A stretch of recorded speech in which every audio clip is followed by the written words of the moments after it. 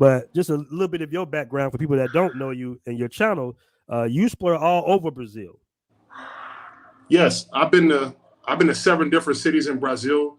On this trip, I'm gonna revisit some cities. I'm gonna visit 3 new cities that I haven't been to before. So it's gonna be some interesting content coming up. Because when people think Brazil, they always think Rio, just Rio. And Brazil is a huge country, man. Very diverse country, very beautiful country. And so I seek to explore and show as much as it as I can. Rio is not like Sao Paulo. Sao Paulo is not like Manaus. Manaus is not like Fortaleza. Every city is different. Just like Los Angeles is not like Dallas. It's not like Philadelphia. It's not like Chicago. Every city got its own vibe, its own culture. And you speak Portuguese, correct? Yes. Now, can you give us some tips on how you learned Portuguese and how long it took you to kind of get the language down? When I started learning back in 2013. I tried learning it a couple months before I came the first time to Brazil. And I started out learning the wrong way. I learned through reading and writing instead of through listening. And I did my studying a few minutes prior, and when I got to Brazil, I didn't understand nothing. So it took me a long time before I realized what I was doing wrong. And once I started switching up my strategy to learn this stuff, everything just kind of took off for me. I started learning through listening. I started learning how to say everyday words and phrases instead of just individual words.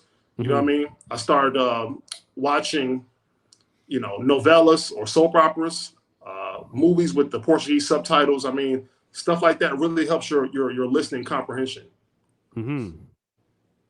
Most definitely, man. And I know that makes a big difference because I'm out here trying to learn Portuguese right now, and I'm like, oh my God, I gotta get this Portuguese down. Yeah, man, it's a beautiful thing, man. Like I said before, language ability is like having a superpower. You're gonna feel like one of the X-Men or something, you know what I'm saying? You're gonna feel you're able to connect with people in a way that a non-speaker couldn't, you know what I'm saying? Because this is the first time I've been down here where I actually feel some level of fluency with the language. You know what I'm saying? In the past, I would always have to think before I spoke, but now I just talk. And sometimes I even amaze myself. I'm like, damn, did I just say that? Did I just understood everything that she said? You know what I'm saying? So it's a good thing, man. I recommend guys put in the work, and you will see dividends. Trust me. Nice. And you've been to Colombia as well.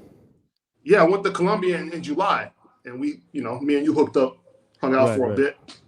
Now, let me ask you, man, in Portuguese, was you able to kind of understand what they were saying in Spanish?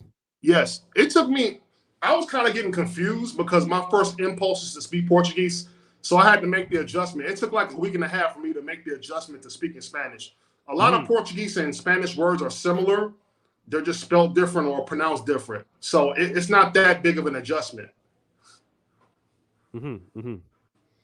And overall, you said you started learning in 2013. You said so that's about 5 years to kind of get a hold of it, or you pretty much had a hold of it? I think I was learning it the wrong way for 5 years. I was doing it the wrong way. Once I changed gears and started doing it through listening, started learning through listening and through, listening to conversations, watching movies and soap operas, I started to improve drastically. And every time I come to Brazil, I learn faster. Nice. Those women just want your money. I mean, most women want your money. You know what? The funny thing about it, most women want your money. In that video, it's always in every video that I've seen that made negative, negative about Passport Bros. Basically, it's always a woman in the comment section that says they're dating you for a green card. They only want to use you. Oh, one of my friends got married, and as soon as she got here, she got divorced. She took half his stuff, and I'm like, okay. Y'all would divorce us and take half our stuff. Exactly. I mean, most women want your money. Most women are looking for a come up. Okay? All day long. Most women are looking for a man that's better than them. Okay? The difference is how much value are you getting for your money? Exactly. Very good point. Man, I remember my dad told me. My dad told me, man, like, he said, son, once after high school, you're never going to get genuine love again. I remember him telling me that. He was like, basically after high school and college, it's going to be very difficult to get genuine love for a woman.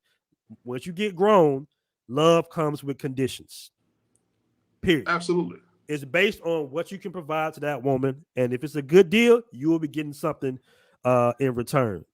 But I think some of these guys, these game goofy guys, seem like they can just mac, any woman. She's gonna automatically just be head over heels for just him. No, bro, that's high school. That's college, bro. No, them days are over with. No, like I said before, it's grown man stuff. It's grown man stuff, bro. It's grown man stuff, bro. When you get older, women want something from you. It is what it is. Game is game necessary. Yes, it is necessary, but it's not the end all be all. I've said this 1,000 times. It's not the end all be all. You have to have resources to back it up. Okay, if you got all the game in the world, but no resources to back it up, guess what?